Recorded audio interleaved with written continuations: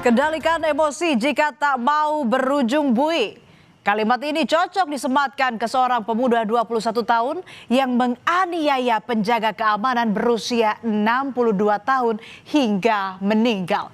Sang pemuda emosi lantaran ditegur sang penjaga keamanan karena dianggap mengambil barang dari minimarket. Meski persoalan telah selesai di dalam minimarket, emosi membawa pemuda menganiaya penjaga keamanan tua tersebut.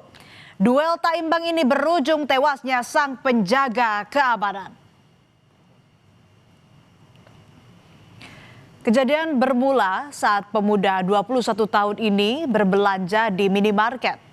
Sang pemuda tampak memasukkan sejumlah barang ke dalam jaketnya tanpa menggunakan keranjang belanja. Karyawan minimarket yang melihatnya kemudian melakukan pemeriksaan. Cekcok karyawan minimarket dan sang pemuda memanas hingga terdengar korban yang berada di lokasi. Korban lalu meminta agar sang pemuda membayar barang yang diambil. Namun uang yang dimiliki tak cukup, saudara, sehingga sebagian barang tidak jadi dibeli. Wajar dong kalau orang habis minum? Enggak, soalnya tadi abang bolak-balik. Saya tuh cuma nyari itu yang Hansaplas gitu buat dagang saya. Ini kan Warmindo yang ini kan punya teman saya. Selama cekcok dengan karyawan dan petugas keamanan, sang pemuda bantah mencuri barang dari minimarket. Dirinya berdalih sedang menunggu temannya untuk mentransfer sejumlah uang yang nantinya akan dipakai untuk membayar barang-barang tersebut.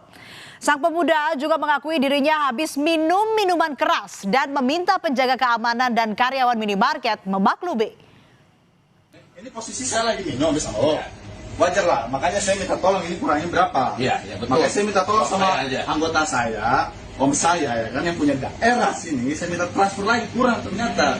Wajar dong kalau orang habis minum? Enggak, soalnya tadi abang bolak-balik. Saya tuh cuma nyari itu yang Hansaplas gitu buat dagang saya. Ini kan Warmindo yang ini kan punya teman saya juga buka cabang juga. Yang sini yang di Pemancingan jaga dia, namanya Abi Kiyoshi, anggota, orang yang megang daerah sini. Jadi saya minta maaf, saya minta maklum nih karena saya habis minum. Tidak terima dianggap mencuri barang dari minimarket, si pemuda kesal. Dirinya pun mengintimidasi sang petugas keamanan yang sudah lanjut usia ini. Dengan arogan, sang pemuda mengaku-ngaku sebagai anggota. Bahkan sang pemuda pun bilang bahwa pamannya sebagai penguasa di wilayah Panjelekan hingga Cibiru. Di Jadaria, saudara ya. Bapak nggak ada urusannya. Ini urusan ini saya juga di mana kamu percaya? Saya anggota Bapak. Hah? Om saya anggota. Yang pegang Cibiru sampai sini om saya di sini. Ini kalau nggak apa-apa ya. Saya ada laporan ya. Meski soal pembayaran barang-barang telah selesai di dalam minimarket, namun sang pemuda masih belum terima dan tersinggung karena disangka hendak mencuri. Pemuda tersebut kemudian menghampiri penjaga keamanan di area parkir minimarket. Situasi kembali memanas. Satu pukulan ke arah rahang membuat sang penjaga keamanan tua ini jatuh terkapar.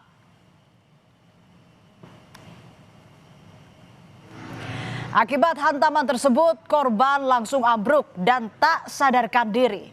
Alih-alih merasa bersalah, pelaku sambil marah-marah tetap menganiaya korban yang sudah terkapar di parkiran minimarket. Warga sekitar pun mencoba untuk melerai dan menenangkan pelaku.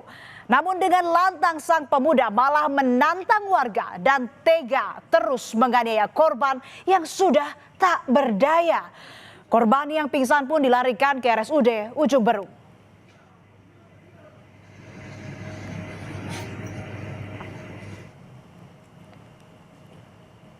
Polisi yang menerima laporan langsung mendatangi tempat kejadian perkara dan menangkap pelaku. Polisi juga mengamankan sejumlah barang bukti termasuk rekaman CCTV yang merekam perbuatan keji pelaku. Saat penangkapan, sang pemuda pun tetap membuat ulah.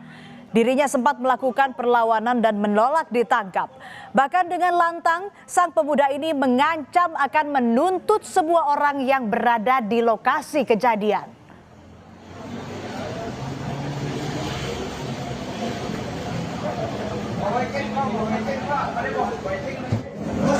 Bang.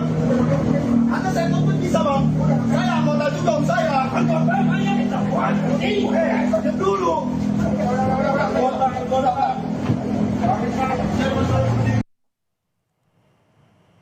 Usai perawatan selama 3 hari, korban meninggal dunia akibat pendarahan di bagian belakang kepala. Duel yang tidak imbang ini pun berujung maut. Keluarga mengungkap korban merupakan sosok yang dituakan di kampungnya. Ia merupakan ketua Linmas yang selalu bertugas menjaga keamanan warga sekitar.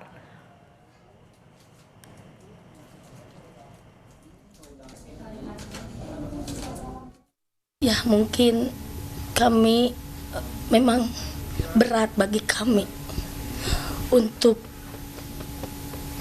mungkin pelaku ada di bumi ini hidup, namun kami juga punya naluri yang sudah pergi tidak akan kembali. Tapi saya berharap pelaku dihukum dengan seadil-adilnya, di penjara selama-lamanya sampai tutup usia di penjara. Itu harapan kami, biar beliau tidak merasakan enaknya diam di dunia.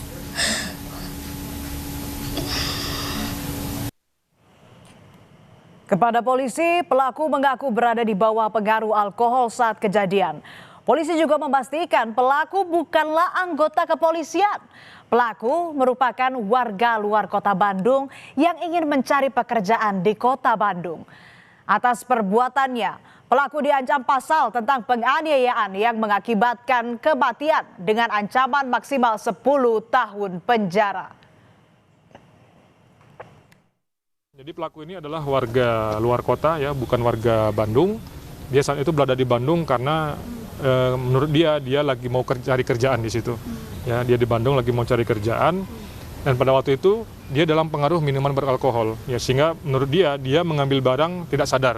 Ya, tapi memang barang ini yang tadi saya sampaikan, dia tidak membawa keranjang pada saat mau mengambil barang. Ya, barang-barang ini dia ambil dan dimasukin ke dalam jaket. Ya, sehingga menimbulkan kecurigaan dari pegawai minimarket.